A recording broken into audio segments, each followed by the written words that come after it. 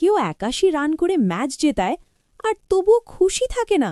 হ্যাঁ, তুমি ঠিকই শুনছ, এই গল্পটা বিরাট কোহলির। গুজরাটের বিরুদ্ধে ৪৪ বলে ৮১ রানের বিধ্বংসী ইনিংস খেলেও কেন এত হতাশ কোহলি?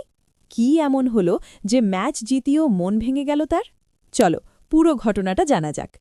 চিন্নাস্বামী স্টেডিয়ামে হাই ভোল্টেজ ম্যাচে রয়্যাল চ্যালেঞ্জার্স ব্যাঙ্গালোরকে একাই টেনে নিয়ে গেলেন কোহলি।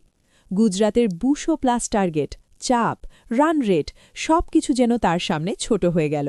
শুরুতেই একটা লাইফলাইন পেয়েছিলেন কোহলি, প্রথম বলেই ক্যাচ মিস, আর ঠিক সেই জায়গা থেকেই গল্পটা বদলে যায়।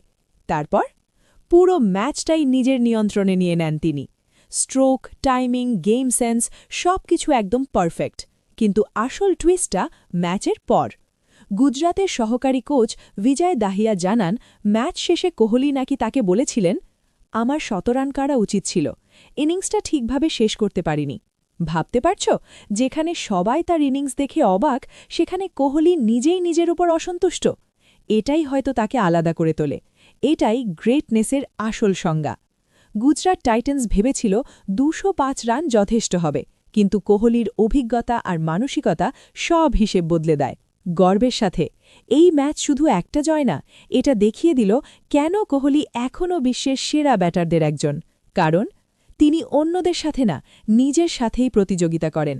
এখন প্রশ্ন তোমার কাছে, কোহলি কি ঠিক বলেছে? ৮১ রান করার পর কি ১৭ রান মিস করাটা হতাশার কারণ হওয়া উচিত? কমেন্টে জানাও তোমার মতামত।